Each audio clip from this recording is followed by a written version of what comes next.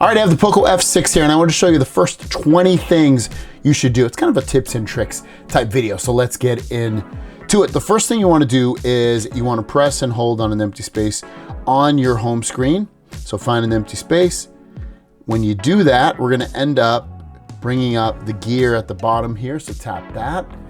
And then you're going to go down to where it says more.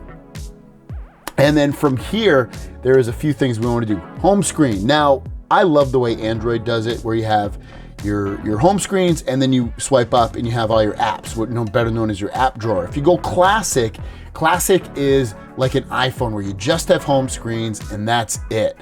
If you love Android like I do and you want the Android experience, choose with app drawer. It's going to give you a better overall experience. Let's go back here. And next one we're gonna see is animation speed. It's set to relaxed, which means it looks good. Go to fast. Everything's gonna feel a lot faster for you, which I think is a good thing. When you use the phone, you want it to feel fast, so I would recommend setting it to fast overall on there.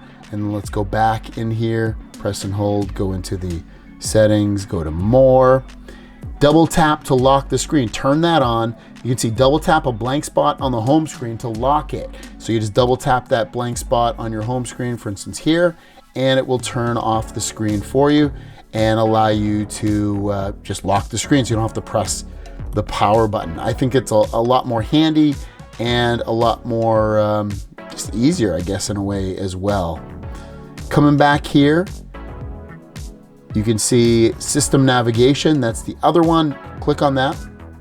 And you can either do gestures or buttons. I have gestures on, but if you like the traditional buttons, you can tap that and you have your buttons. You can even basically switch the buttons right here if you want, the back button on the left or the right. You just press that button right there. And then also you have button shortcuts if you want, where you can do certain things. Like if you do power and home, you can press that and maybe it'll close the current app or turn on your flashlight. So some pretty cool little things in here that if you have the buttons, you can customize those buttons. But like I said, I like using the gestures. I think they're quicker and more convenient. And hide full screen indicator, that is right there. So if I press that, that little bar goes away as well. Don't show again, not now. And it tells you how to use it, but it's very easy to use overall. All right, let's go home. Let's swipe up so we see our recent, our application launcher. Hit the gear on the top right, and we have app suggestions. Keep that on. Manage app categories. That's these right here. You have all these categories.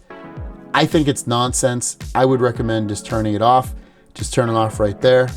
And then when you go back in here, you're gonna see there's nothing there. Search, you can search for any app at the bottom there. Hit the gear again.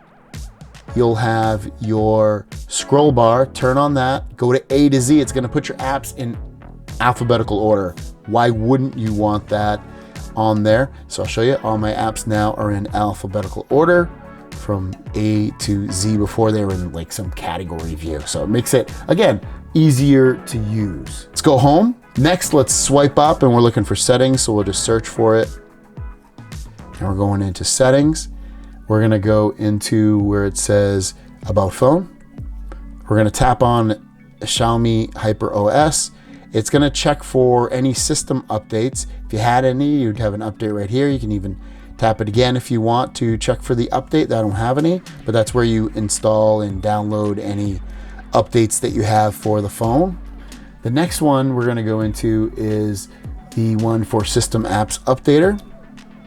And this is gonna check for any system apps that you have and any updates that you have for them. I don't have any system app updates, so that's why it's showing that, that I don't have anything. Next, we're gonna go lock screen. And there's a few in here. Sleep, 2 minutes. Perfect amount of time. Your phone won't sleep for 2 minutes. That's why I want to do it. Raise to wake it. So meaning when your phone's laying down and you lift it up, it's gonna automatically turn the screen on for you so you don't have to do that. Double tap to wake or turn off the screen when device is locked. Turn it on. You can double press the screen at any point to lock it or turn it off. That way you don't have to touch the buttons. Much more easy. That's why I recommend doing that. You got your launch camera. where you can double press the volume down button to open your camera when the screen is locked. So turn that on. That way when your screen's locked, you basically like this, you can double press down and your photos will come right up and you can take some nice photos with the phone. Coming back in here, we are good at that point. We're going to take a step back from the lock screen and we're going to go into the notifications and status bar. We're going to go into notification style. I like the Android notifications if you want classic, but basically when you get notifications, they'll show up here in the Android style. I would choose Android if I were you.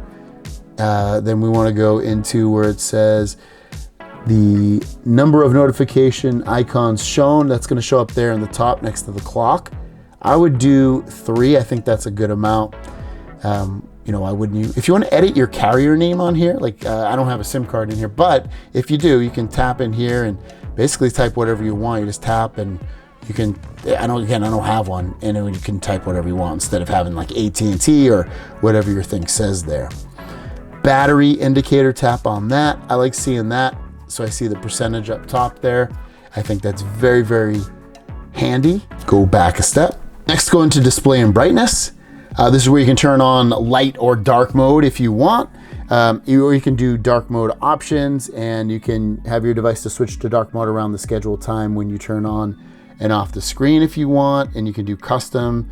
You can do, right now it's set to 7 to 7. So I love that. I usually have it in dark mode. I just don't for this video, but usually I have this on dark mode. And with an OLED display, you'll get better battery life. If you want to turn off auto brightness, just turn it off right there. It means basically, depending upon the lighting situation, the screen will get darker or lighter. Again, depending upon how bright it is. You have your color scheme, tap on that. You have original, but I really, really like to do it at saturated. I love my colors saturated. You can do vivid, saturated, advanced settings, or keep it at original pro. It's up to you. But I think saturated is pretty cool. Then we have the refresh rate. It's set to default. You can do custom though, and you can have it always run at 120 Hertz. That way you get the best point of view in terms of your screen. Very, very, very high refresh rate. AI image engine, super resolution. You can see you can upscale the resolution of videos if you want, which I would say, yeah, why wouldn't you want them to look potentially better? Same thing with AI HDR enhancement. You can turn that on as well to get better HDR. If you want to change your fonts, come in here and you can do it. You can download different fonts from their store. You can also go into font settings and you can change the size of your fonts or change just any other fonts you have in here. Sound and vibration is next. On here, we're looking for where it says haptic feedback. If you hit all the vibrations and things on your phone, just tap that and your phone will stop vibrating as you touch it. Sound effects, make sure this is set to Dolby Atmos, but if you want, you could try Xiaomi Sound on as well and see which one you like better. And you can also you can also go to your equalizer and set an equalizer for the way, if you're listening to sound, maybe you like your stuff to be more pop sounding or classical. You can choose these different ones down here. While we're on sounds and vibrations, at the bottom, additional settings. And some of these things, I like to turn them off. Dial pad tones, I don't need to hear myself dialing anything. Play song when locking device. I basically turn off all of these. They're kind of nonsense sounds and potentially could wake somebody up. That's why I like to turn those off. Real quick, if you want to customize your phone, you can go into wallpaper. There are tons and tons of online wallpapers. They have ones built into your phone, or you can go, like I said, to their online wallpaper store and find one. And if you're like, you know what, I love this Vietnam one, all you do is tap on it, hit apply, set for both, or if you wanted to do that, hit agree, and in just a minute or two, you should have the new wallpaper on here. Let's just make sure it's set. There we go. And I have my new wallpaper. So kind of cool, really easy as well to do that. And you can also do that with your themes. Back to settings and then back into where it says themes. You have that option to download themes. It's going to change like the way things look. If you can, for instance, you can tap on this one and be like, oh, I really like this. What's it going to look like? And it'll show you different things on there. Oh, that's wallpapers actually. Here's themes, sorry. So you go to themes and it changes basically like your lock screens and your dialers and all kinds of different things, your icons for your apps. It's pretty cool. A lot of it's free stuff, so you can check out the store and look through that. Same thing with ringtones and featured stuff. There's all this whole built-in store on your phone to customize it. Fingerprints, Face ID, and screen lock. If you want to add another fingerprint, just tap on that, put in your unlock code, and you can add another fingerprint. You can see right there. Or you can have it so when you use the fingerprint, you can use it for lock the screen, or for privacy passwords or app locks or shortcuts. You can look at your fingerprint animation if you want to change that. You have all these, you have a few different ones, or if you don't want one at all, you have that option as well. Show the fingerprint icon when the screen is off. I would keep that on. I think that's a good one. And then same thing with Face Unlock. With Face Unlock, you have the option to unlock the phone with your face. Just hit start, and in just a few seconds here, it's going to allow you to unlock the phone with your face. There it goes. I did it with my face. I can give it a name if I want. I can hit done. And when you use Face Unlock, do the following. Stay on lock screen after unlocking. Turn that off. And that's pretty much it. I wouldn't turn this on either. Allow Face Unlock when screen lights up. I think that's going to hurt your eyes. Don't do that one, especially at night. Back under settings, if you go towards the bottom and you go to additional settings and you go into gesture shortcuts, there's some cool stuff on here. All this stuff is on. You can see you can launch your Google Assistant by pressing and holding the power button for like 5 seconds. If I press and hold that, you can see it will go into Google Assistant. I can take a screenshot with 3 fingers down, or do volume and power down, and you'll see I can just go like this, and that does a screenshot. Or I can press these 2 buttons and it'll do a screenshot. Launching the camera, I already showed you that one. Turning on the flashlight, I have that off, but I can double press the power button for that if I want.